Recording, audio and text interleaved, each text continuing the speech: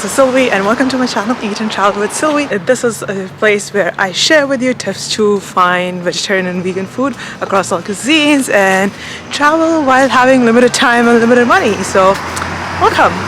And today is my birthday. I'm so excited. I'm gonna get some great food in the moment. I'm going to Sawtelle right now and getting ramen, getting dessert, getting boba, all the good things that I love and pamper myself. Into this video, I would like to remind you that COVID is very much real right now, and especially it's horrible, scary in countries like India, which is my homeland.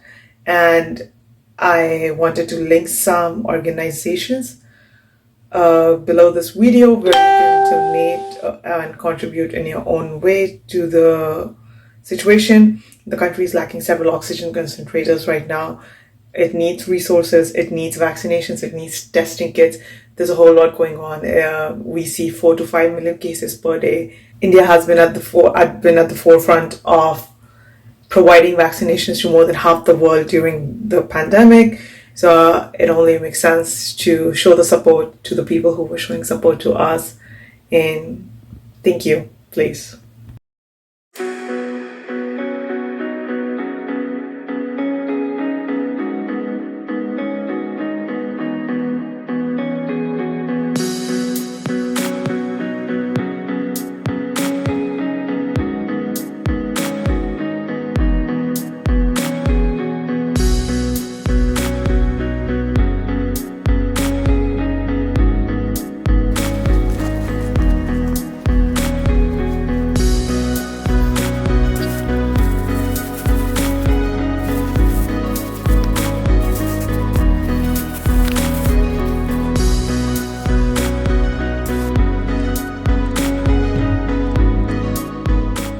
It's called Word of Fire and it's super delicious. So I do have a spicy food spread here today that I'm super excited about, and a very fancy, a bit too expensive of milk tea. The reason I wanted to make this birthday vlog was because my last birthday was honestly the last time I truly remember being so happy and so stress-free.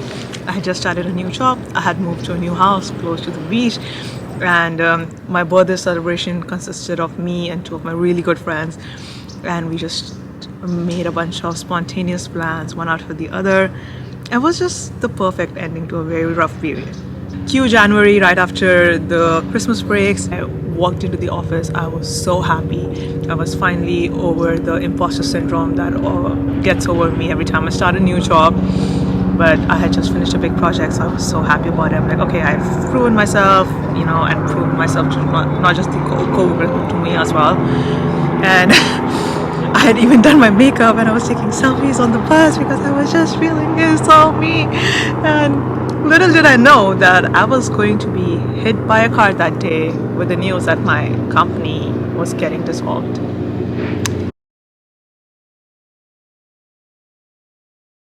And a week later, I literally got hit by a car. Nothing broke, and I'm fine. I mean, my morale definitely broke. Different story.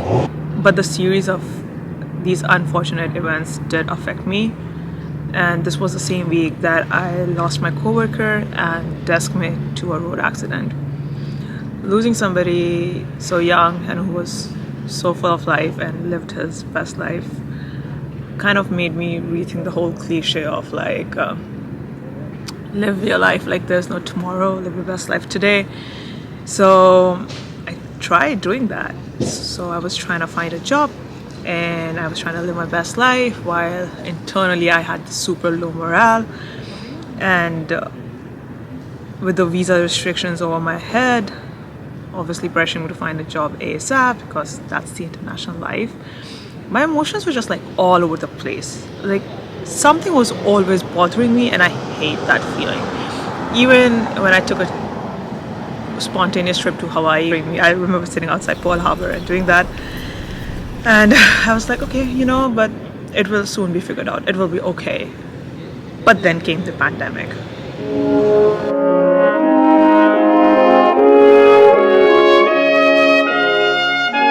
With the pandemic came uncertainty, anxiety, breakdowns, there's only so much we understood about this, and nobody really knew when this would end. Spoiler, it's December. It still hasn't ended, and I don't know when it will. And I just couldn't like wrap my head around it for the longest time. I don't think I fully accepted it even till date, but like once I started to come in terms with it back then, it's like, okay, and realize that this is a new normal.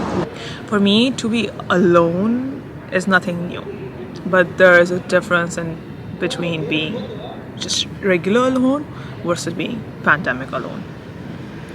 Earlier, if I was on my own, I would just go out to museums, events, comedy nights, gyms, dance classes. I was still involved with things back in my alma mater, so. But most of these things are closed now. The gatherings do not exist anymore. I enjoyed just making random friends or acquaintances.